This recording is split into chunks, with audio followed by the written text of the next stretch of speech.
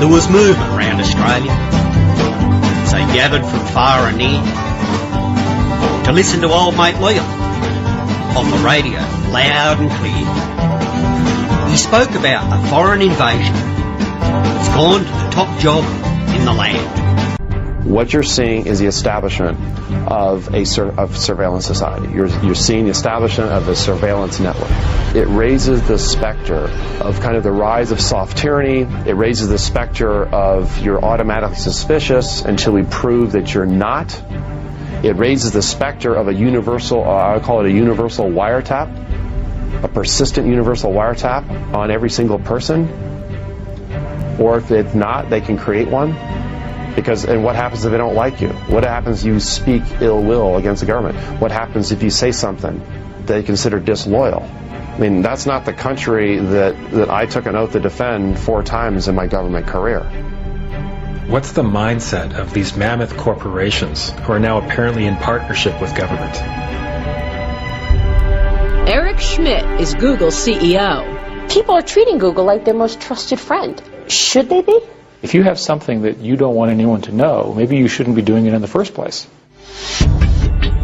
Google has already been caught and fined for systematically hacking and harvesting passwords from millions of private Wi-Fi networks with its mapping cars, and illegally siphoning private data from iPhone users.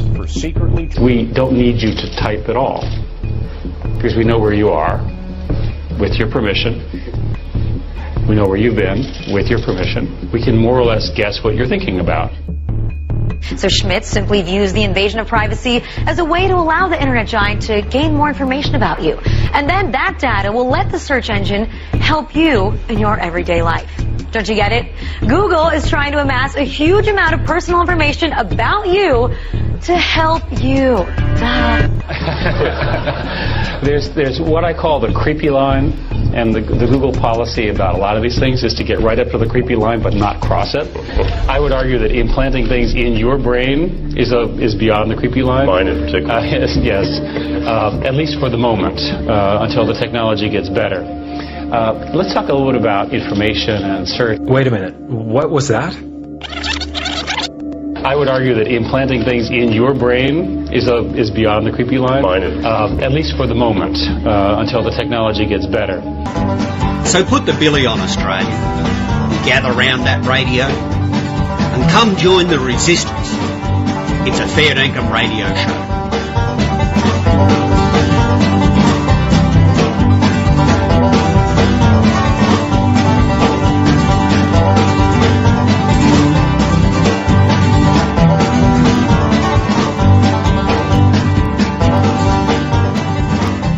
It is a Fair Dinkum Radio show. Ladies and gentlemen, thank you for joining me. My name is Leon Pittard. We are broadcasting from the land down under in Australia. Welcome to fairdinkumradio.com from wherever you are listening. Thank you for joining us. I hope that you are well, and I hope that our time together during this broadcast will be a benefit to you and to those around you. Well, we are living in exciting times. There is so much going down every week, it is difficult to know what are the most important issues. We are here to question the narrative given to us by state-sponsored media, by state-sponsored academia, by state-sponsored medical institutions, and by the military-industrial complex. We question the culture, change, industry, and the effect that it is having on our children. That will be the focus today. One aspect of the surveillance system that is building, specifically focusing on our children. Each week we endeavour to provide analysis and commentary from a biblical perspective as the timeline of prophecy unfolds. As we rapidly approach a time period called a time of trouble such as never was.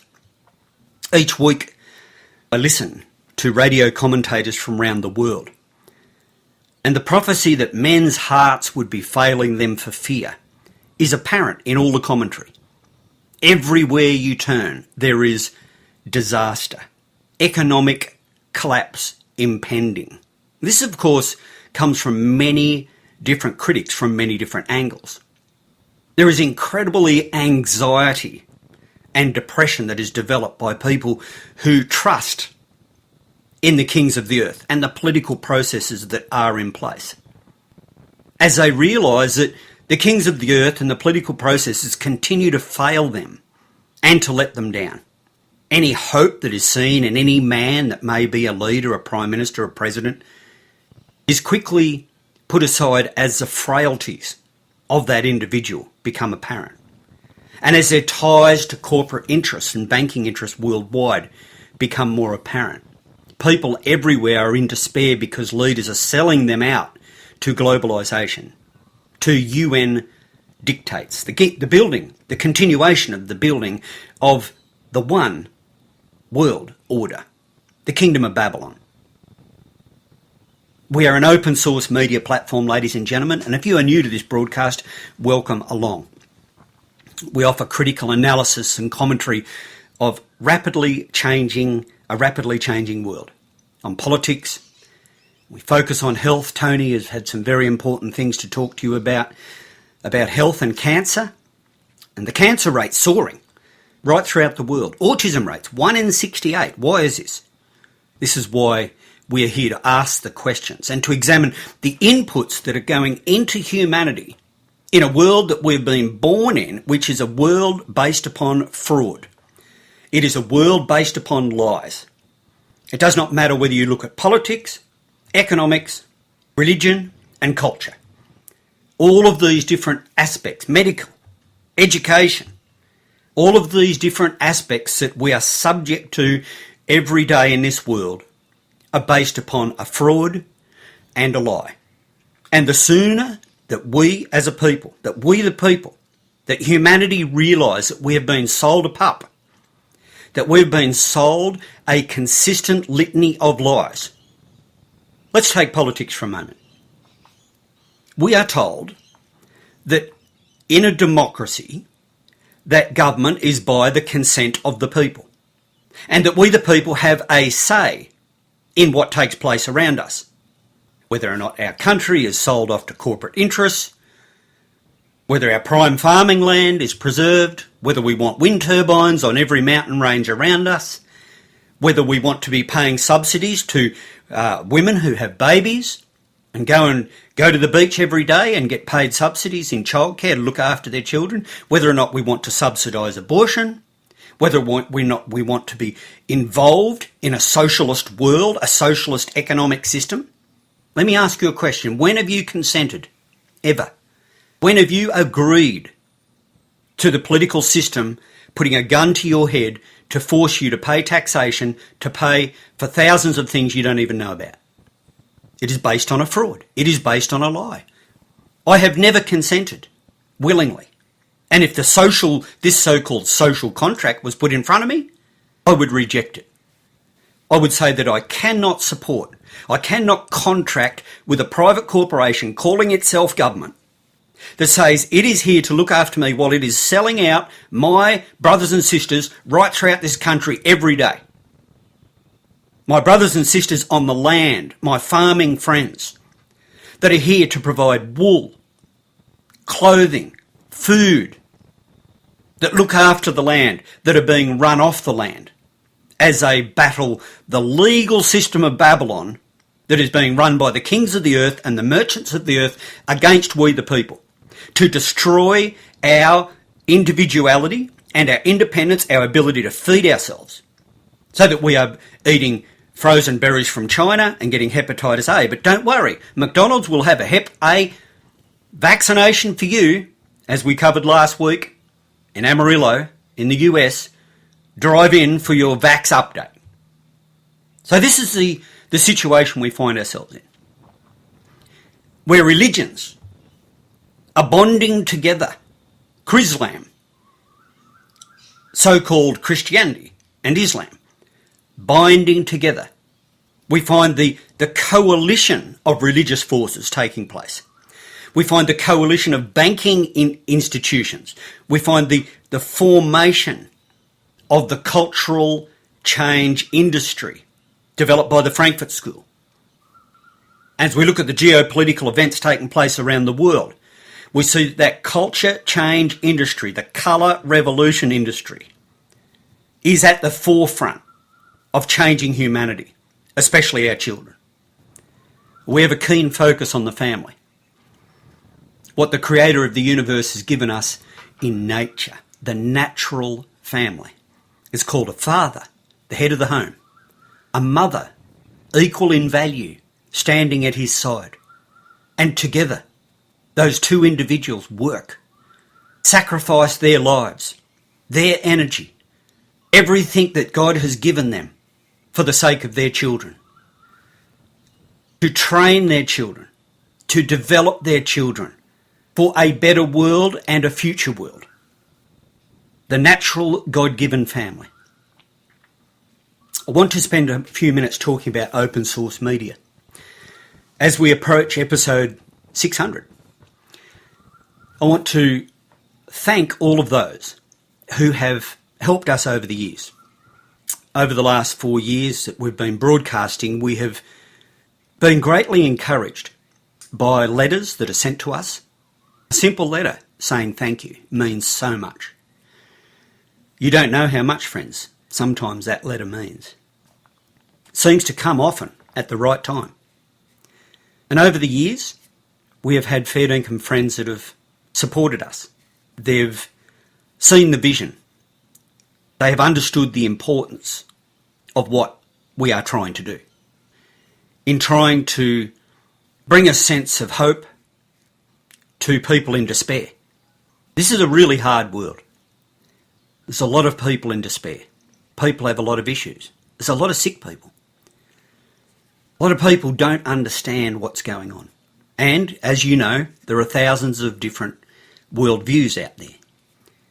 And it's our hope that the worldview that we share will give hope to people who are looking for real answers. And this is just not hope somewhere out there in the distant blue sky that has no relevance to everyday life. This is hope that is a scientific reality, which I'll share in my next broadcast. This is the hope that I've found. It is hope and trust and faith in a real God whose name is Yahuwah, who sent his Son into the world to teach us what he is like, and has given us the underlay, if you like, behind these world events that are taking place. The rise and fall of nations, wars and rumours of wars, earthquakes, climate events all over the world, men's hearts failing them for fear. All of these things have been outlined and are clearly understood by those who are seeking to understand the answers. And so to our Fairdinkum friends who have supported this open source media, you know, open source means that we just do everything and we just put it out there. You don't have to pay to get in any firewall. And I made a conscious decision many years ago not to put advertising on this site, so that when people come here, they're not looking at hot Asian dates or the latest dating site or the latest Facebook endeavour. I'm amazed at alternative media that the content that Google has over the alternative media raises a lot of questions in my mind. But I'm glad that we are open source media, and our Fairdinkum friends that appreciate it chip in whatever way they can. And I want to appeal to you, if you've been enjoying this broadcast and you're not one of our friends, partner with us. If you've seen this vision, if you've seen this same hope and the same ideas that we are sharing of individuality, individual responsibility and understanding this is what God has put in humanity, and we compare that to the collectivisation of the Kingdom of Babylon. I want to thank you all for helping us out over the years, and I truly appreciate knowing that you are there, and as I said, chipping in as you can, but even a letter of support means so much. For those of you who are not in a position to help, I trust that this broadcast will still help you. You are welcome. You are here. You are our family. If you trust and think in these ideas like we do, you are a part of our family of humanity that loves liberty, that loves individuality, that God has put within the heart of man a measure of faith, a measure of grace and hope for the future. So we want no fellowship, no contract with the works of darkness. But we are here to expose them, to reprove them. If we have love in our hearts for humanity and want all men to find salvation and to live in peace, while we live in a troubled world, we're here to broadcast the darkness that we see and give the light as the hope for all that want it.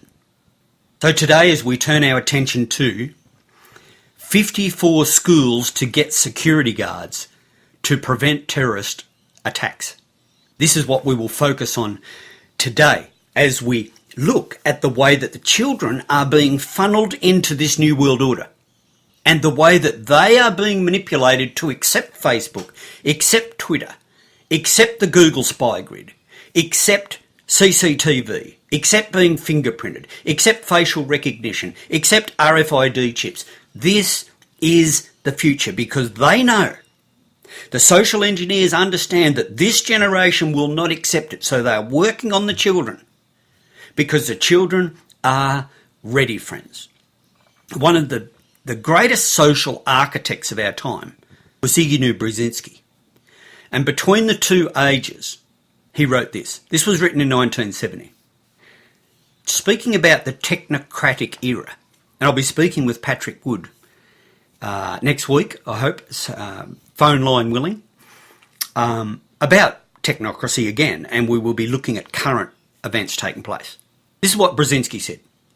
The technocratic era involves the gradual appearance of a more controlled society. There's the key word, controlled. Now this controlled society is against the will of the people because you are not given an opportunity to consent. This is the issue. And this is the way that the kingdom of Babylon is built. It is built by merging you by default into that controlled society. So that without you even stopping to think, all of a sudden you find yourself in it. Then to extract yourself out of it is a completely different situation. This society will be dominated by an elite. You know, whenever you speak to mainstream talkback radio, if you bring up the word elite, you'll last about 5 seconds. Gone.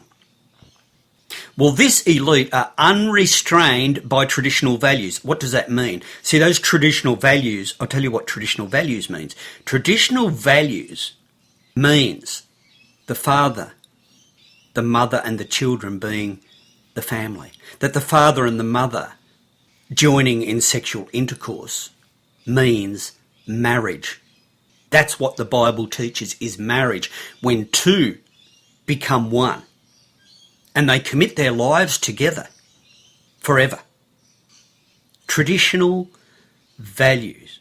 You see, traditional values is marriage, the family, privacy.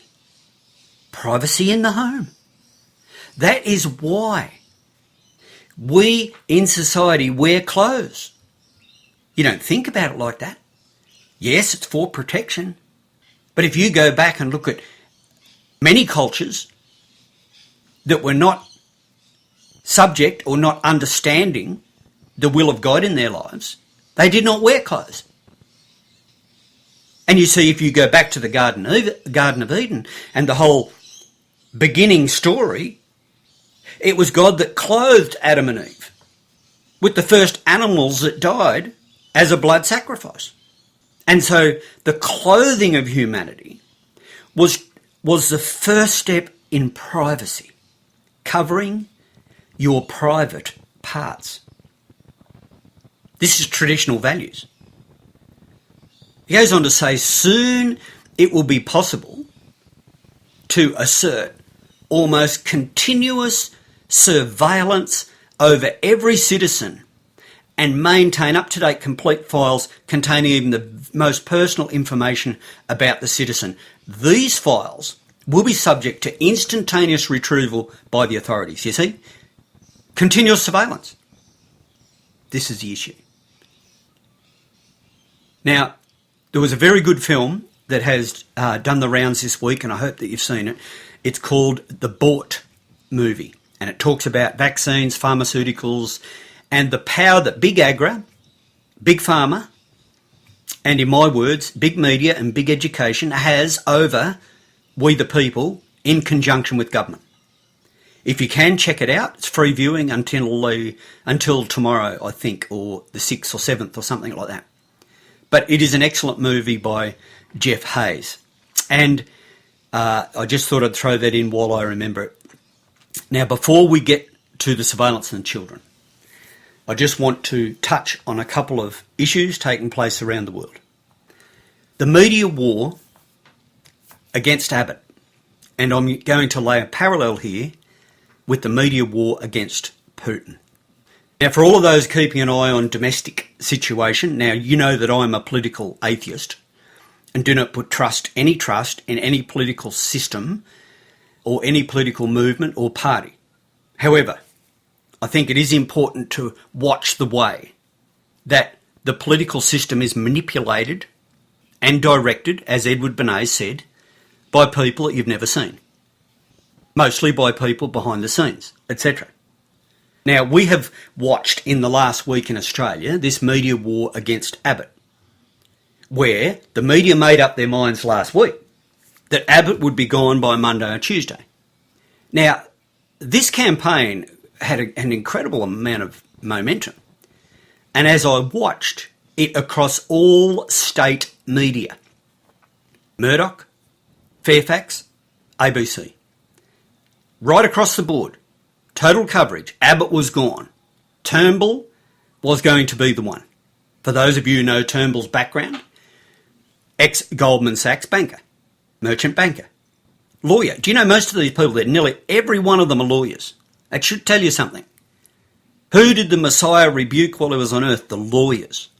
Because they were the one manipulating the laws, the rules against the people. Instead of allowing them just to live their lives, they kept intervening in every aspect of their lives. Surveillance is a part of that. We have focus today. But you will see that the media has one aim: to get rid of Abbott. Now, most of the media is leaning towards the left of the political spectrum.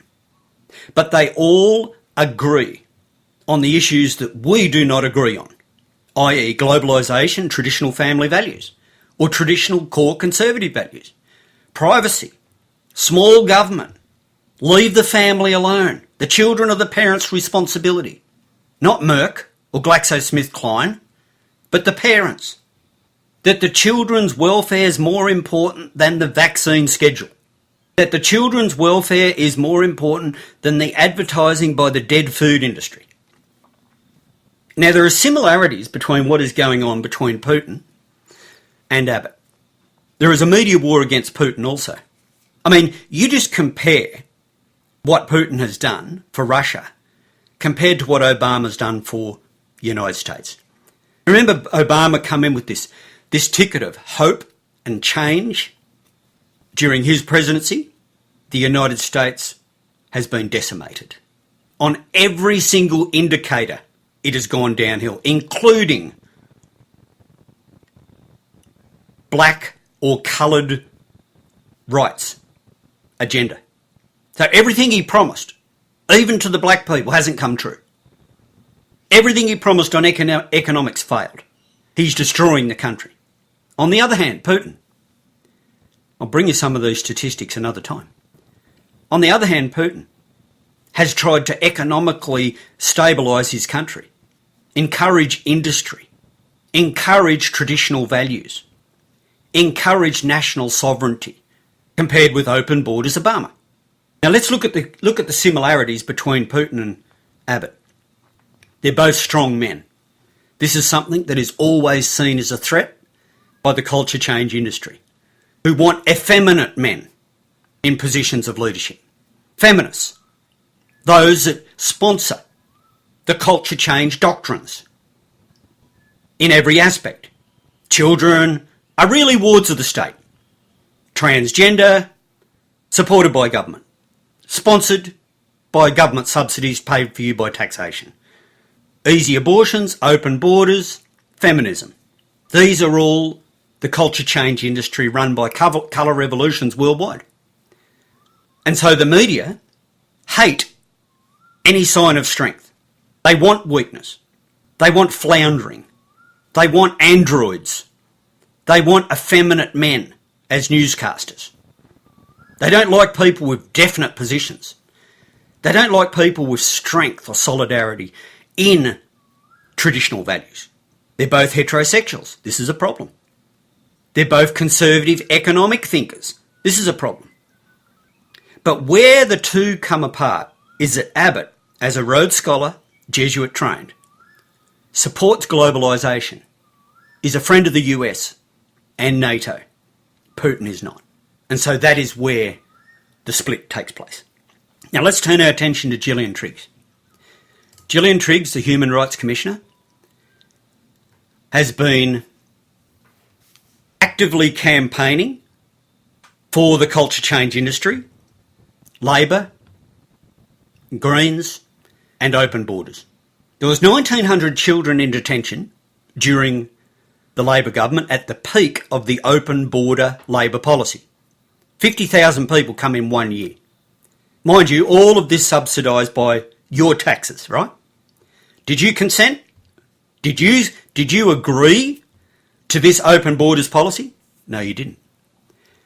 There is around 100 children in detention now under this current government because they basically stopped the boats. They said Abbott couldn't do it, he did it. Scott Morrison, really. So they basically reclaimed the integrity of Australian borders. Gillian Triggs did nothing during the Labor years, nothing to condemn the government about the 1,900 children in detention. She waited until the coalition government come to power, then she puts out a report, and then all around the media it is put, including the UN commenting and all of the culture change media commenting about how bad it is to have children in detention and that no children should be in detention, which equals, ladies and gentlemen, no one in detention. People come on boats, they're let out straight in the community, given the dole, given medical, given every single social security benefit that is possible, rental assistance, medical assistance, educational assistance, every single assistance that you can ever dream about, paid for by you without the requirement to work. That is what the Green Coalition eco-fascist system of the future looks like. Well, there's a few things about Gillian Triggs that not many people understand. First of all, she's a lawyer, which, as I said before, makes sense.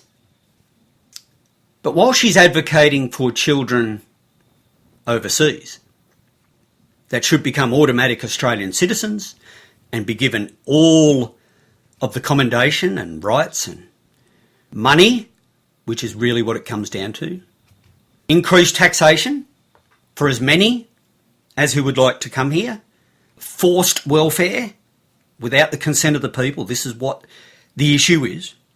And friends, I'm as compassionate as anyone, but I know the game. I know the political game. Gillian Triggs had 3 children. One child was Victoria, born in 1984. She was profoundly disabled with a rare chromosomal disorder known as Edwards syndrome. This is what Gillian Triggs said. Now, this is a lady that is advocating for foreign children. Listen to what she said about her own child. Victoria was as severely retarded as anyone who is still alive can be. Did you get that? You see, friends, if any conservative commentator in mainstream media today referred to children with disabilities as retarded, they'd probably be hauled off to some court, some commission, maybe the Human Rights Commission, maybe the Anti-Defamation Disabled Commission, whatever the name is, doesn't matter. Because this word retarded is not allowed under the political correct construct. This is what Gillian Triggs said. Her condition usually results in the death of the baby before or shortly after birth. In fact, the doctors kept saying, leave her in the corner and she'll die. So it sounds terrible. But I'd look at Victoria and think, well, you're going to die, so I'm not going to invest too much in you. But she didn't die. She had this inner rod of determination and she simply refused to die. So that is what Gillian Triggs said about her own child. Now, for those of you who have seen the Bought movie, I want you to compare that with loving parents that have faithfully followed doctors' advice and the vaccine schedule to have their children adversely affected and autistic. We're under extreme pressure in the family. Marriages break down and many mothers and fathers are left alone because of the marriage breakdown to look after severely disabled autistic children. And they've given up their lives to look after that one child. Do you know how much it costs to look after an autistic child for some parents? $70,000 a year. Vaccine damaged. You look at that Bought movie and I have such admiration for those parents. This didn't happen to me, to my wife and myself, and I don't know how I would handle it. I mean, it is such a difficult situation. And I cry for those parents that put their trust in those doctors and that medical cartel's vaccine schedule. And the state has come after those people like they are the enemies of the state because their children are autistic, vaccine damaged, and they've got to try and prove it to get any help. Yet under the Labor Green Gillian Triggs world, open the borders, all foreign children come in, no problem, we'll look after you. 100% taxation subsidies.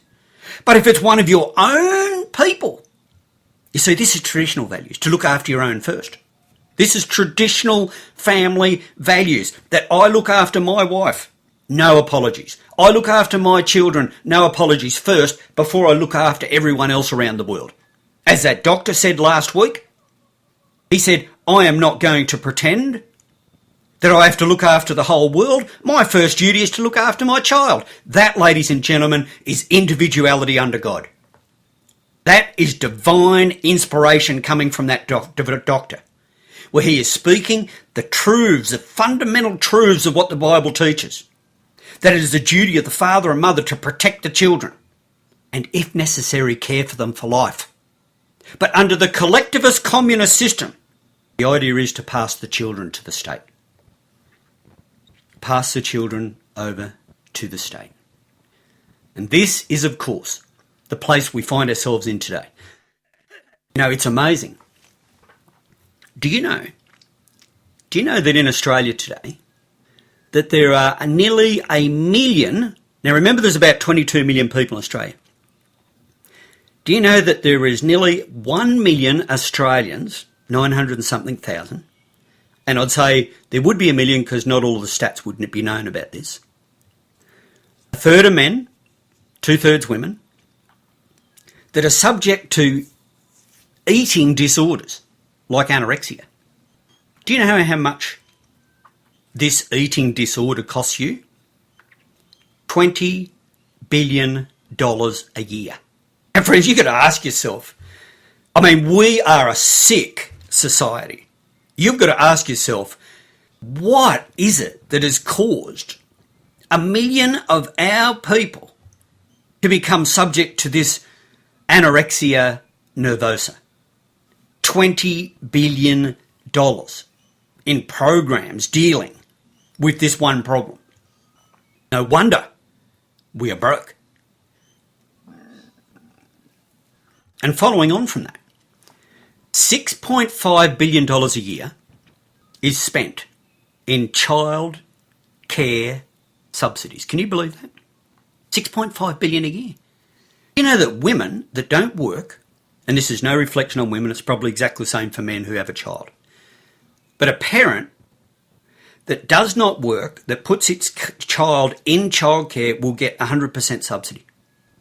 So a parent can take the child to childcare. The parent doesn't have a job. They can go to the beach, play golf, do whatever they want, and they'll get 100% subsidy by your taxes. This is a socialist system, see? This is why democracy always fails. I'll get onto that in another broadcast. Because more than 50% of Australia today rely on socialist benefits. What does that mean? That means that more than 50% are going to vote for a socialist, an openly socialist system, where the government promises to give them benefits according to their own desires. Forget about this good of society business. This is a propaganda label.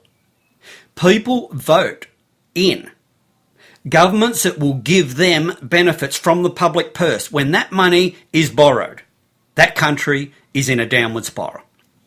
You see, if a government stands up today and teaches individual responsibility and says, well, from now on, unless you are a pensioner, unless you're disabled, unless you're in hardship, when you go to a doctor, you pay for it.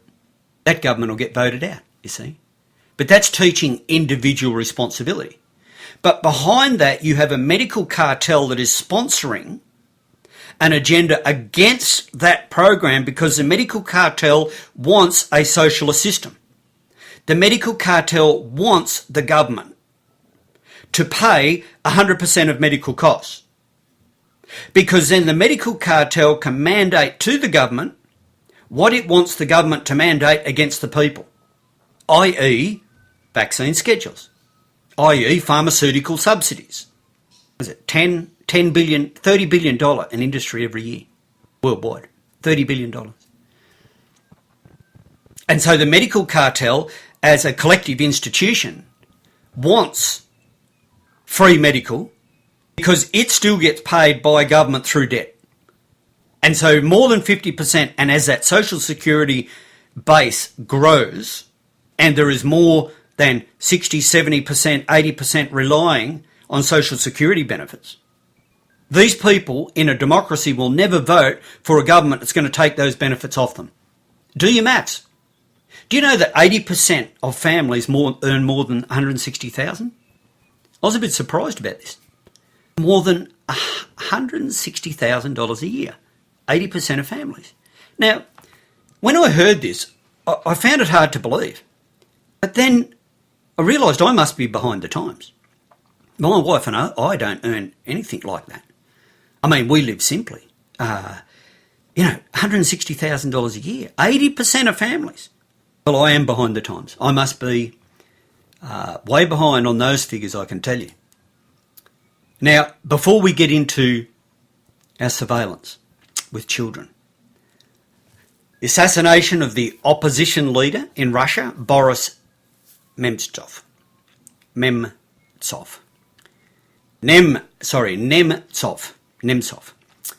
has put, once again, Putin in the crosshairs of the war against Putin.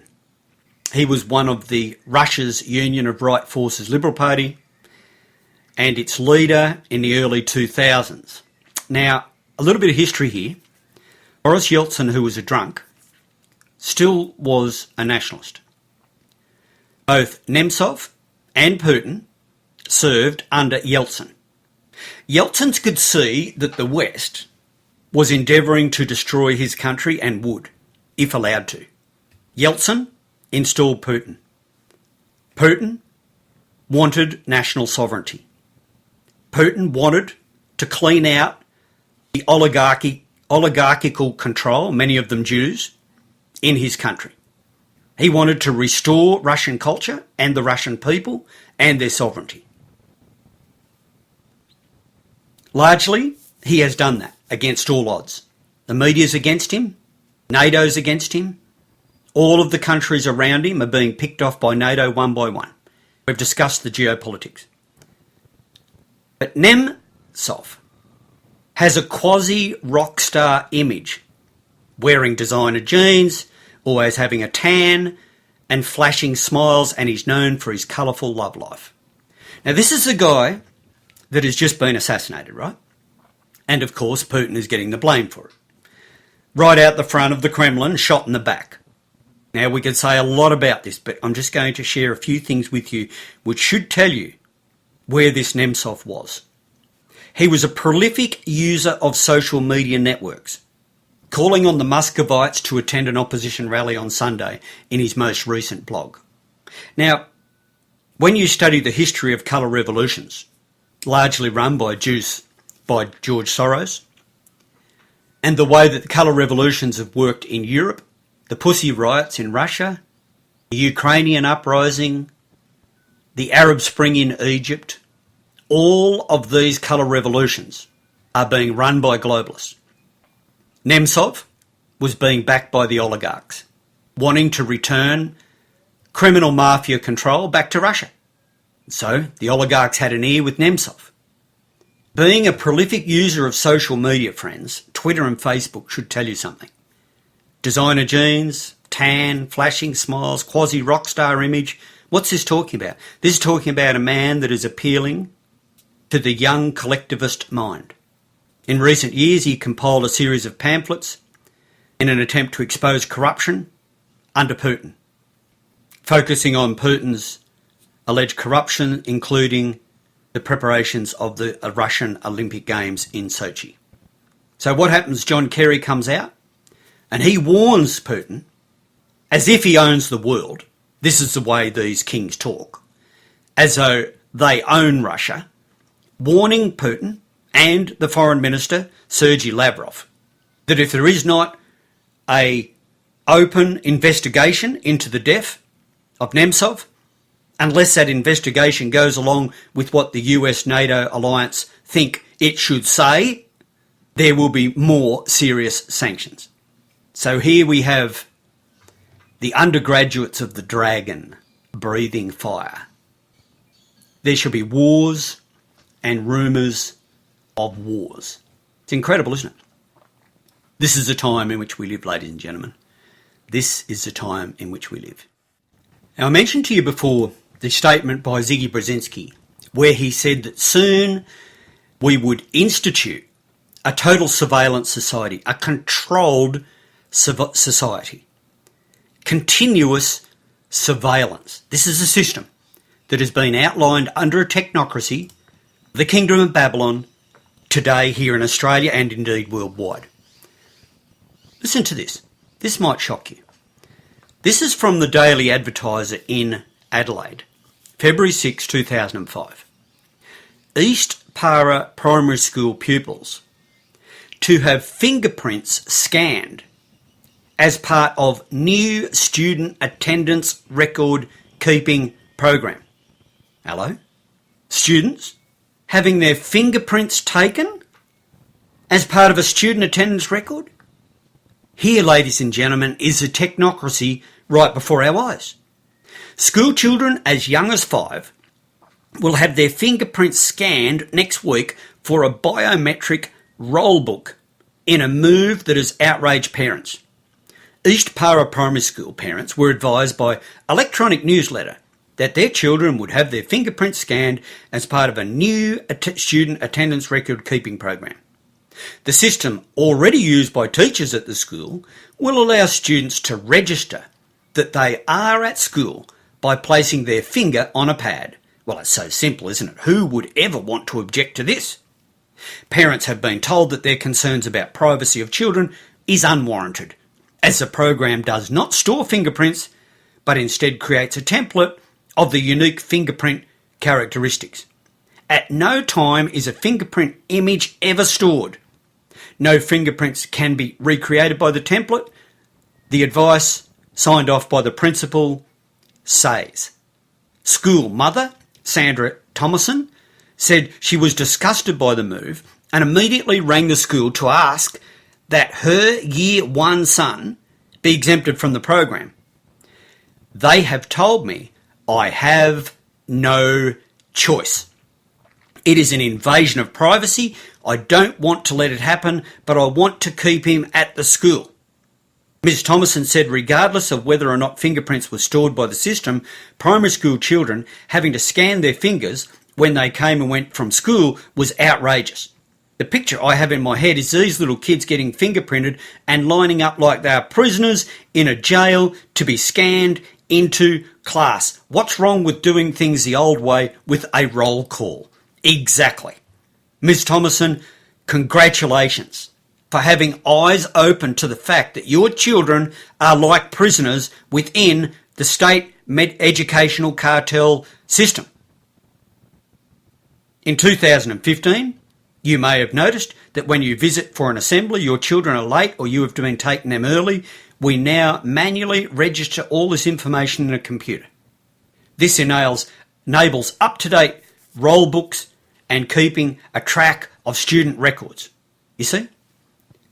The biometric prints are designed to make the recording of that information automatic rather than manual. And so, here it is. Now, if you believe, ladies and gentlemen, that these fingerprints are not going to be stored in a database for future use, I've got a bridge to sell you down in Sydney, and I'll do you a really good deal on it, right? This is the introduction of biometrics into children, into the classroom to train them for the future eco-fascist New World Order of the Kingdom of Babylon. And we have discussed in the past the place of RFID chips. And I noticed that, of course, when we talk about these things, our critics would say that we are conspiracy theorists. When we use the quotes from Ziggy Brzezinski and Regina Dugan from Google, ex-DARPA executive, they say we want to put RFID chips into the children and that we want to put brain implants into the children and that we want them to be compliant with biometric face scanners and fingerprint scanners, and we have TVs that are spying on you now thanks to Samsung. Of course, all of this has been mocked and derided, even though alternative media has been blowing the whistle on this, and might I say, spiritual preachers with open eyes for 50, 100 years have said that to install the mark of the beast in society, there has to be a controlled society. Very simple. If you cannot buy and sell, you have to have a ticket, a compliance plate, an RFID chip, or some form of identification, whereas the trader will say, from now on you can't trade because you have not complied. Your account balance is zero. I'm sorry, transaction denied. Please see your provider. Now, if your provider happens to be the state, ladies and gentlemen, you got no chance. And this week, on the 7:30 report, lo and behold, the 7:30 report, the gadgets and devices recording our every move for private profit. Data about your life gathered by an ever-increasing number of smartphones, GPS, and other devices for private profit has led experts to warn, no, Lee Sales, you're 20 years behind. Alternative media has been warning about this for the last decade.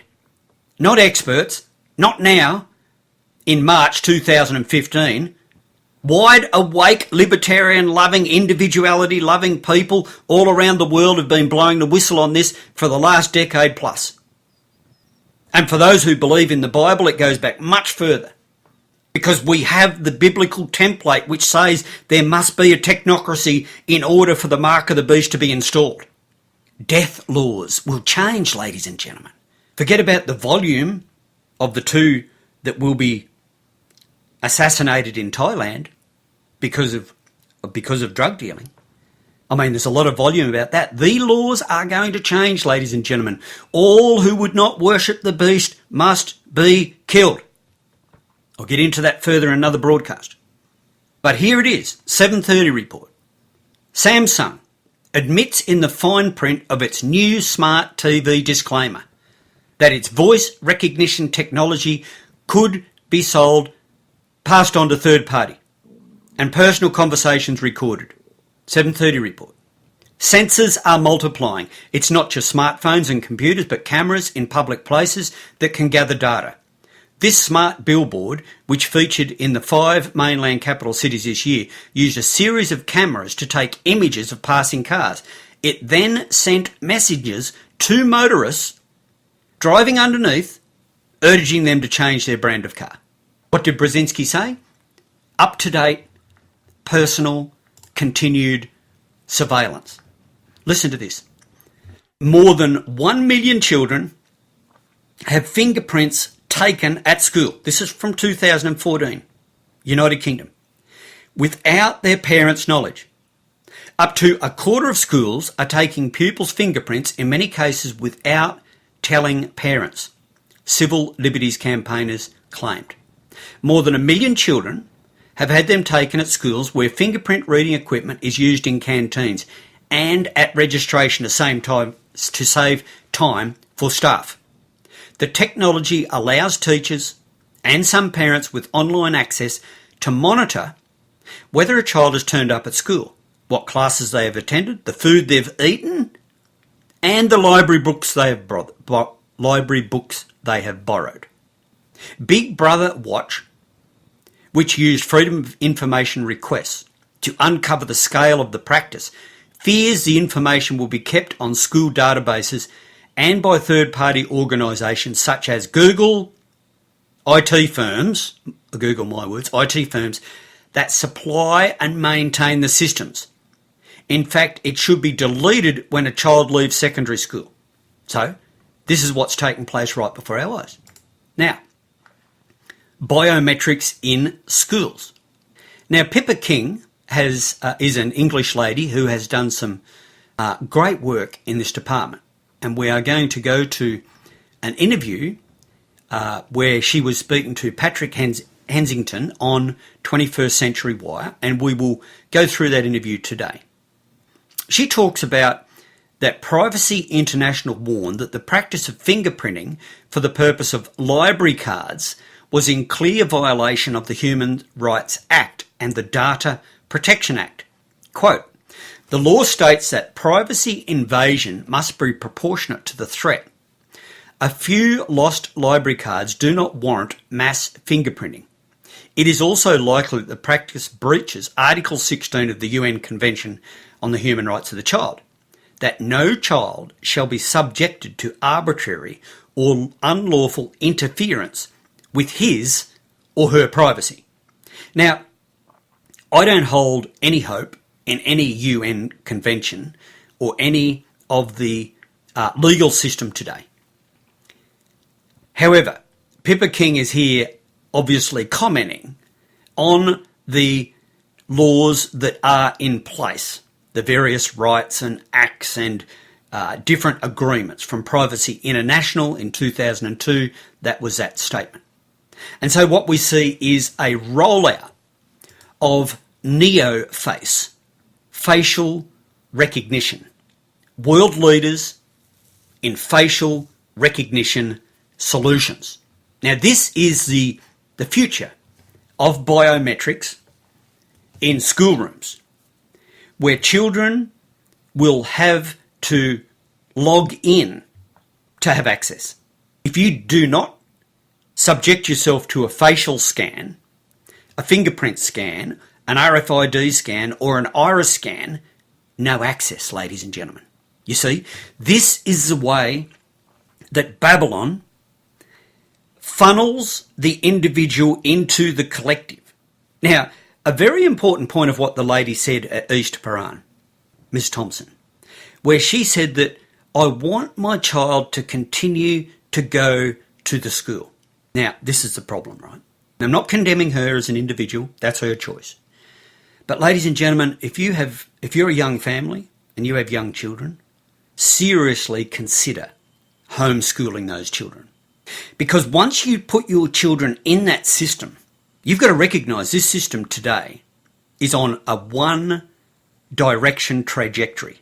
It is not going to be turned around. You are not going to be able to send your child to the school unvaccinated. You are not going to be able to send your child to the school without facial, fingerprint, iris, RFID recognition. This is the future. Facial recognition has great advantages over other biometric solutions. It enables the face to be recorded and archived at a distance, act as a crime deterrent, and help identify a person in real time. The contact-free, non-obtrusive approach makes for a more easily integrated and acceptable identification system. using existing CCTV cameras.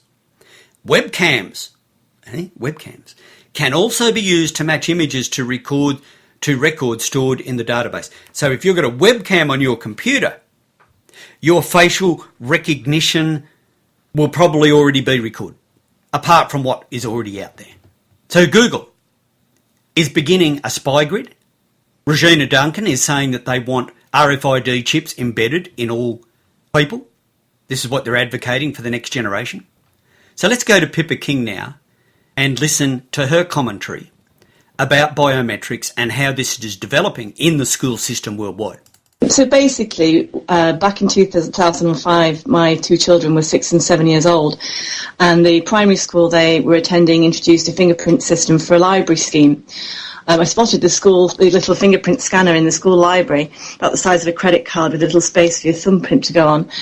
And I asked the head teacher, I said, when are you going to ask for consent? Because I don't consent to my children using a fingerprint scanner.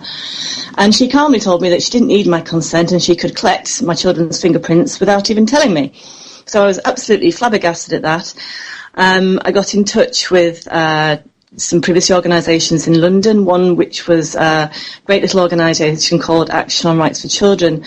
And there were other parents that had been in touch with that organisation, and I sort of collated the parent opposition, sort of, I suppose, nationally towards this, and we ended up, there was an Act of Parliament that was passed in 2012 called the Protection of Freedoms Act, and we have 3 small clauses within that Act that now relate to schools processing children's biometric data. So schools now have to gain written parental consent. If one parent consents and another parent doesn't agree, the disconsenting parent has an overriding right to say no. And also, if both parents agree, the child has the right to say no, and that overrides the consent of the parent. So it's quite specific in how it sort of details the consent there. And it's the first legislation nationally, I think globally, regarding consent with individuals under 18. So we now have that in the UK. So I started a blog in 2006, sort of picking up all the sort of instances of this happening in the UK and then increasingly in the United States, what was happening with Parliament, how other states in America were dealing with it, and basically how the technology had gone in advance of whatever laws we had in place to sort of put a check on how they were processing the data. And I really didn't think at the time that, you know, it would catch on, and I thought, and I'd never done a blog before, and I just wrote from the heart, and now it's, if you do type in a search engine biometrics in schools, you will probably get my blog straight up there, because it's the only website, as far as I'm aware, that just specifically deals with biometrics with children in schools. So because consequently it's sort of starting to roll out in Australia. Using one's biometrics like that sends a real subtle message to a child, I think, that it's okay to give your fingerprint in exchange for food in a canteen or a library book, for knowledge, and it's not okay. We don't do that in normal society, and it was, I was very concerned about my rights as a parent, not being able to control how my children were using technology in schools like that. So that's where I was really with the biometrics, and through having an interest in the biometrics at the time, I thought, do you know what, I bet they're doing this in the United States, and this was back in 2005, and I had a look across to see what they were doing, and they weren't using that technology. It hadn't sort of hit too much in the United States, but what they were doing was using RFID to track the children around the school. So way back in 2005, RFID had been on my radar, and so that seemed to be a more popular sort of technology to use, I think, in the schools in the US, but they're using biometrics over there too. I think there's probably about, I think we're increasingly moving towards a society that we will need our biometrics in order to verify who we are, and if those biometrics are compromised when you're at school, you're scuppered. You may be scuppered, you might not be scuppered, but I think probably there's an increase with banks using biometrics and workplaces using biometrics, and it's something that we shouldn't take too lightly. That's how real person. You can't get more personal than that. You can't change your fingerprint or the distance between your eyes if you're using a facial recognition system. This data that you have is yours, and I think you should have the choice whereabouts you put it or who you give it to and how it's processed and what data is actually sort of collected beside that biometric data. So it's like you said, we're living in a society of big data, massive data sets, looking at trends, algorithms that are becoming increasingly more intelligent as they keep using these big data sets. And certainly for me, it just wasn't an option for my children to have their biometrics taken. Now, that's Pippa King. Now, I want you to think about that, about exactly what she has said in the light of this week's announcement in Australia that 54 schools will receive funding for security to prevent a terror attack. Now, under Operation Terror, worldwide, state-sponsored terror, utilising religious ideology to be their foot soldiers in many cases, that Australian, Jewish and Islamic schools are under threat from terror attacks. That's a message from the federal government. It announced on Monday that 54 schools in 17 Jewish, 15 Islamic, listen to this, will share $18 million to employ security guards and, you guessed it, CCTV cameras. Another 11 independent schools and 11 government schools will also beef up security. And so, under Operation Terror, creating Operation Chaos worldwide, we find that a once peace-loving Australia will have riot police or people that look like riot police dressed in combat SWAT gear at schools.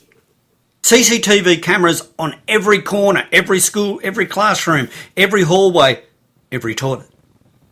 You see, this is the future, ladies and gentlemen, of what Brzezinski said. He said continual surveillance on every aspect of your life. So when you leave school, your smartphone is still tracking exactly where you are. It's still tracking your conversations. And while you're at school, you will be locked down in an education prison. This is the reality of what's taking place. An education prison for our children. Now, I don't want to sidetrack here in regard to the left and right of the religious debate with Jewish and Islam, because, we've gone through the sword verses with Islam.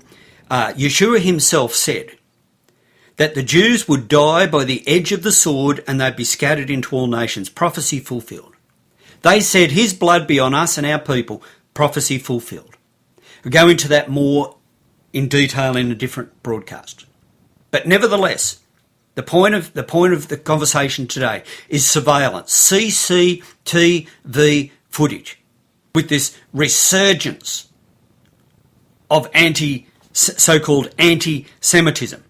Notice that Islamic schools are also getting the same sort of surveillance.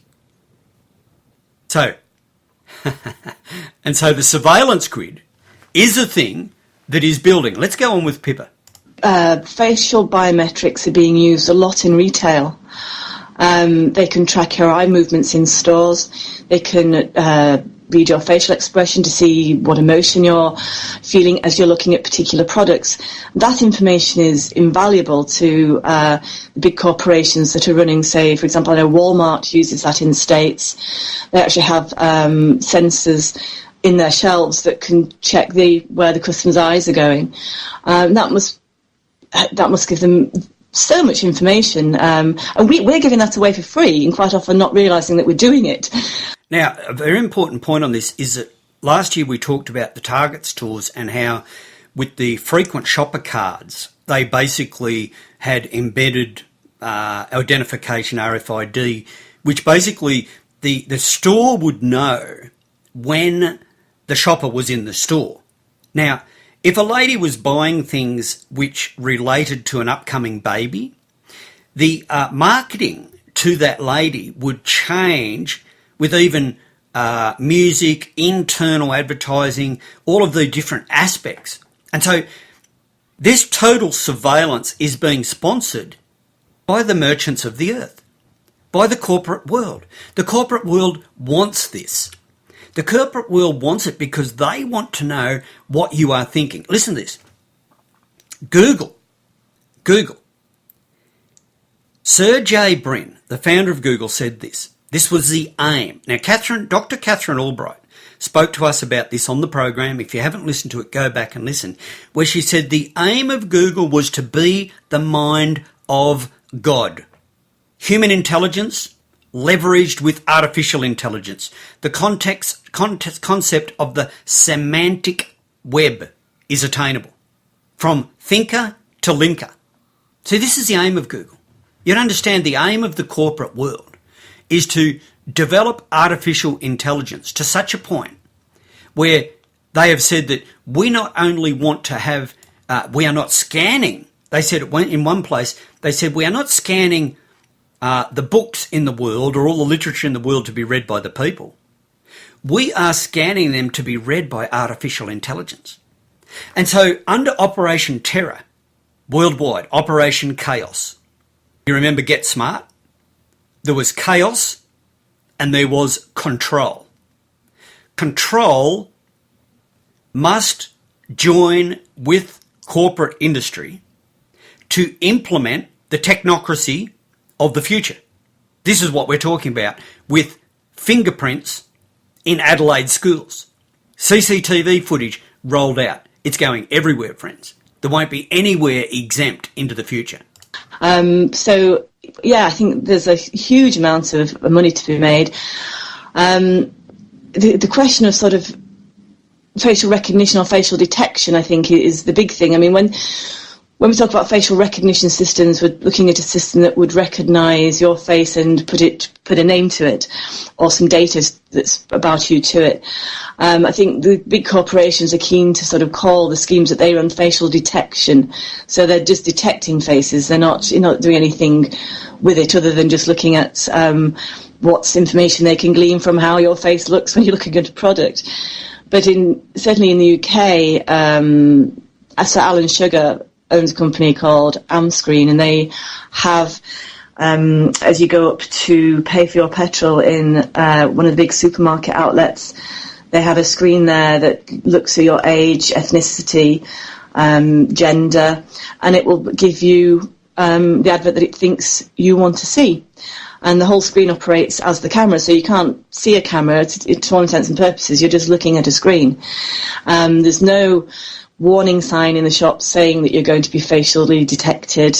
Personally, I'd like to see signage up so that I can make a decision as to whether or not I choose to go in the shop and be facially detected, because I don't wish to be analysed by any sort of computer or human, for that matter. You're going to shop, not to give away commercial information, which is what they're using it for. And of course, all the time that these systems are in place, they're constantly learning and getting more sophisticated. And so that's sort of commercially where that type of biometric is going. And I think also the reason why they did it in schools, but I can sort of see if you're really thinking long term about the way that society is going. There was a failed attempt by the UK government to introduce UK biometric ID cards about 10 or 15 years ago. And actually, the people running that campaign, No to ID, were very instrumental in helping us get access to the MPs in Parliament and lobby Parliament, because they were doing the same thing. Their argument was that, if you soften the next generation up to using biometrics, then the national biometric ID card, it wasn't appropriate at the time, sort of way back in 2002, 4 and 5, but, give it another 20 years and you've got a compliant population that are used to using biometrics and wouldn't see the reason why it wouldn't be bad not to do that. So there's a number of reasons, I mean, for to get the population compliant, but also as well, I think the reason I can sort of see doing that and us getting us used to using our biometrics is because I think with the Internet of Things, we will have to verify ourselves. If there's no form of verification, then the Internet of Things is sort of dead in the water because it's open to abuse and corruption, basically. So I think until the population is compliant enough to want to go and use the Internet of Things, I think that's because the Internet of Things already exists, but it's just we're not plugged into it really. You know, IP6 is done at the moment. We're using Internet Protocol version 4, which I think has got about 14 billion IP addresses. Internet Protocol version 6 has got something like 34 trillion IP addresses, so that it's all ready, waiting to go. But I think it's just sort of getting us, because we will be on the Internet of Things as ourselves, you know, is to get us sort of compliant with the biometrics to before that can roll out. So I think there's a number of reasons why the technology is in society and coming in via children in schools as well. Because certainly, I think if the adult society, if we had to suddenly go and pay for our food with our fingerprint or go to the library and give our fingerprint to get a library book out, I think quite a lot of the population would say no to that. Now, it's important to note here that there's several different pretexts upon which the Internet of Things is being brought to us. Like, for instance, school installs £9,000 facial recognition cameras to stop students turning up late, and teachers could be the next target. Now, you see in this article, in the UK, which is already well advanced, has the most CCTV cameras, facial recognition, I think, than any country. England seems to be leading the charge in this biometric revolution, developing the Internet of all things on this aspect. And we see in Australia the pretext now for bringing in, a greater surveillance and the Internet of Things into the schools is the war on terror and Operation Terror, Operation Chaos. Now, the school in Adelaide that has implemented fingerprint technology that's coming on a different angle again. That angle is just they want better records, they want to know if the child's at school, they don't want to go through roll call. It's like a innovation, if you like. It's being sold as this new way and much better technical society rather than the old roll calls. But once again, your choice is being taken away. And this is the important factor. From the point of an individual, your choices are being taken away so that you cannot actually choose not to be a part of this. If you choose not to be a part of it, obviously you cannot go to school. Now, into the future, what this will do is that this will apply in the workplace. And you can see it with either facial recognition, fingerprint recognition, RFID, vaccine compliance, all of these different aspects of society emerging to become the Internet of Things, where medical records are to be stored on RFID backed up onto the Internet of Things, where facial recognition will be backed up by the Internet of Things. And this will be merged with police, criminal databases. And so that children today are being brought into this society and this type of thinking where you are already guilty because we want to monitor your every move. Privacy, the traditional value of privacy for the individual flowing into marriage, into the home, is being completely removed under this Internet of Things and this Google spy grid of the future. So it's just easier, I think, to get the next generation compliant rather than try and convince the current one that it needs to give fingerprints up or biometrics up for those reasons. As far as my understanding goes, is that the 18 million faces on the police national database are custodial photographs taken of people that have been arrested. Now, not everybody that gets arrested is convicted as being guilty. So there's a large proportion of images on there of people that are innocent. But also as well, we now have a Biometrics Commissioner out of the Protection of Freedoms Act that was passed in 2012, of which contains the 3 clauses about biometrics in schools. There was a role created called the Commissioner for the Retention and Use of Biometric Material. And the end of his first year term was in November last year. In his first report, he had noted that the police had uploaded, without any sort of consultation with anybody, these photographs onto the police national database. He'd only sort of stumbled across the fact 5 months earlier. Unfortunately, even though the UK has a biometrics minister, his remit only covers DNA and fingerprints. So this facial recognition is out of his remit. The police national database also has, and this is another thing that came out of his report, it doesn't just have custodial images on. In order to check images from CCTV and body-worn cameras, you need to put, I guess, on that database images of people that that have been captured on CCTV and body-worn cameras. So it also contains images of people that haven't been arrested by the police. And the system that's running on the police national database, I don't know what it is. I know that Leicestershire Police are running NeoFace. I've not found any information anywhere to tell me what the system actually is on the police national database. As far as I understand, the Home Office are producing a report which is due out in spring to tell us all about it. But before then, I shall be sending some freedom of information requests to the Home Office to see if we can find out what the capabilities of it are. Because if you watch the promotional video that NEC say that NeoFace is capable of, it's giving a real-time scenario where you can, through CCTV, look at people and identify them in a real time. And one of the questions that I posed to Leicestershire Police, because I sent them a freedom of information request about the system, was this a feature that was being rolled out there? I mean, you can imagine a policeman, if you were stopped by a policeman or talking to a policeman, that they could have their body camera on and literally in real time be told in an earpiece exactly who it is they're standing opposite, any previous parking fines or whatever. We don't know what information is held against those photographs. We don't know where it's going, who it's been given to, and also who's got access to it, and whether it's subjective information or factual information.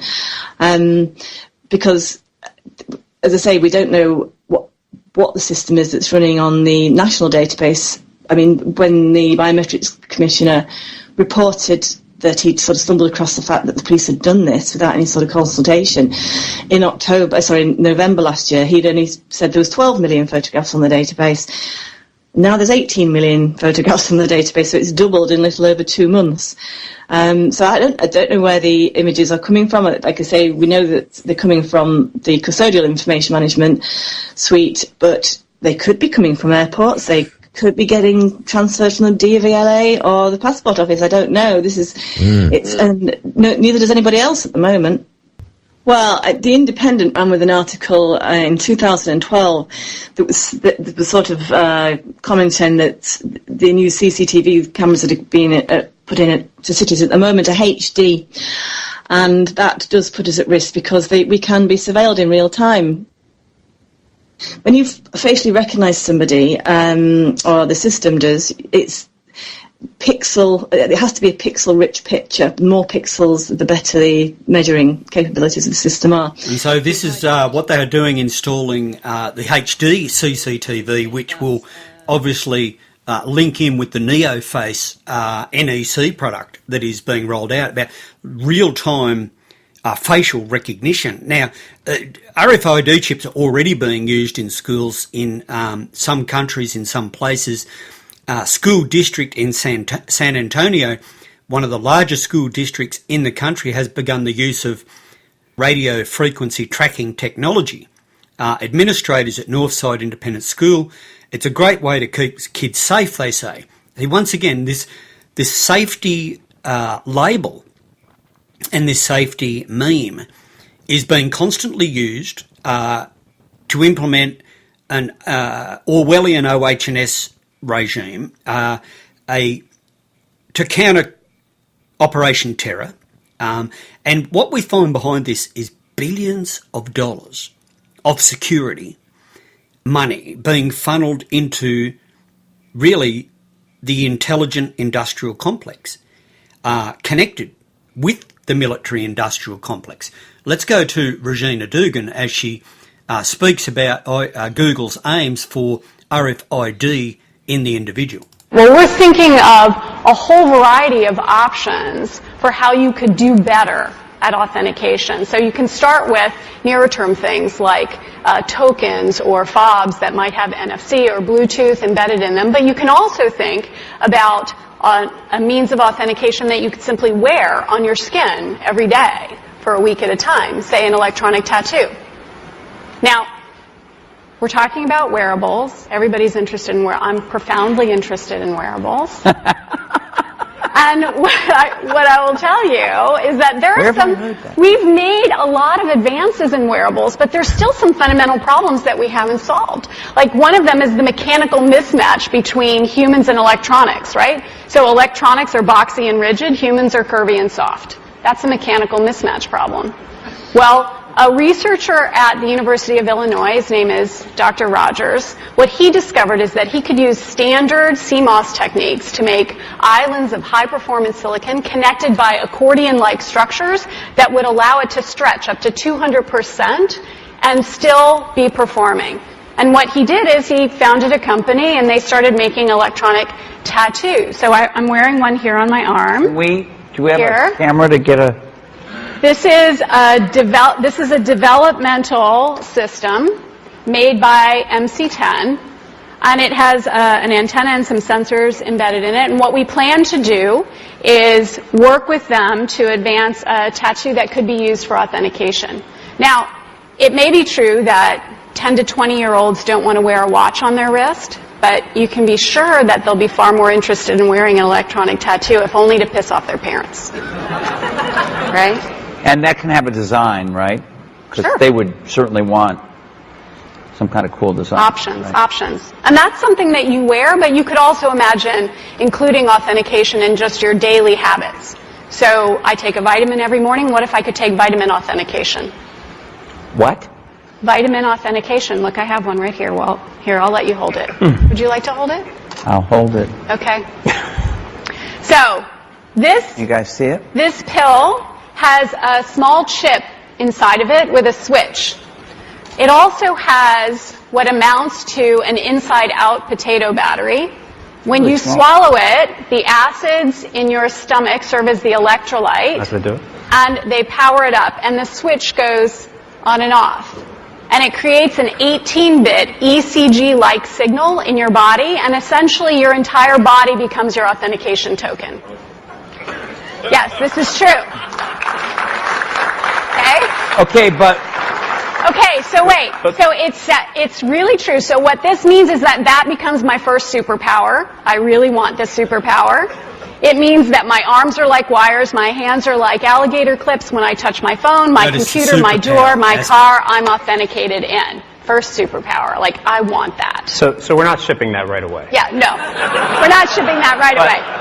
But it sounds like... This is FDA cleared? So here's the thing. This is not science fiction. This pill is actually made by a company called Proteus, and they've developed it for medical applications. That pill has been CE stamped and cleared by the FDA. You can take 30 of those per day for the rest of your life.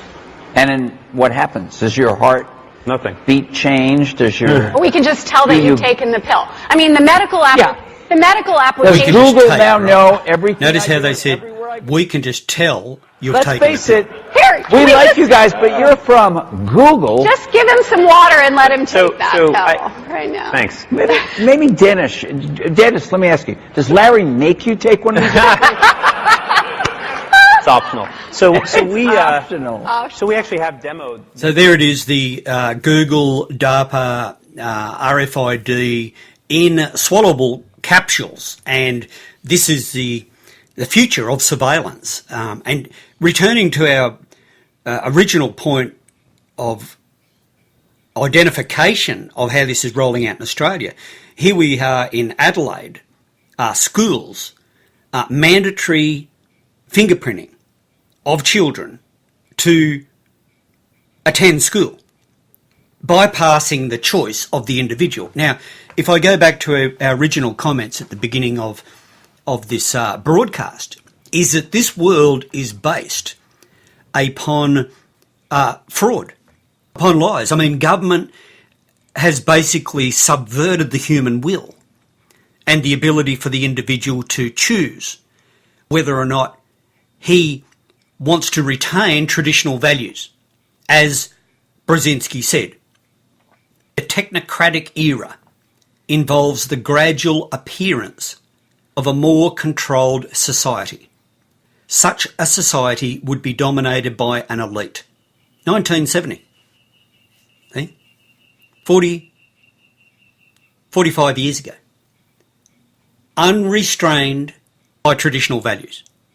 Soon it will be possible to assert almost continual surveillance over every citizen. 45 years ago.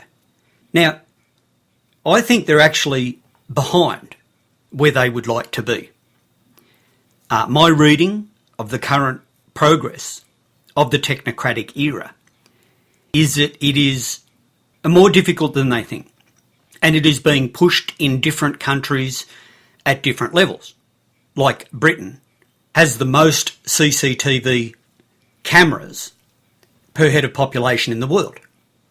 And so each country is enforcing its part of the regime, of the technocracy, of the New World Order, of the Kingdom of Babylon, by specialising on its different aspects. We see in Australia, more recently, the war on terror has become a leverage point at home to develop more surveillance, more police, more intelligence, which will in turn relate directly to more taxation.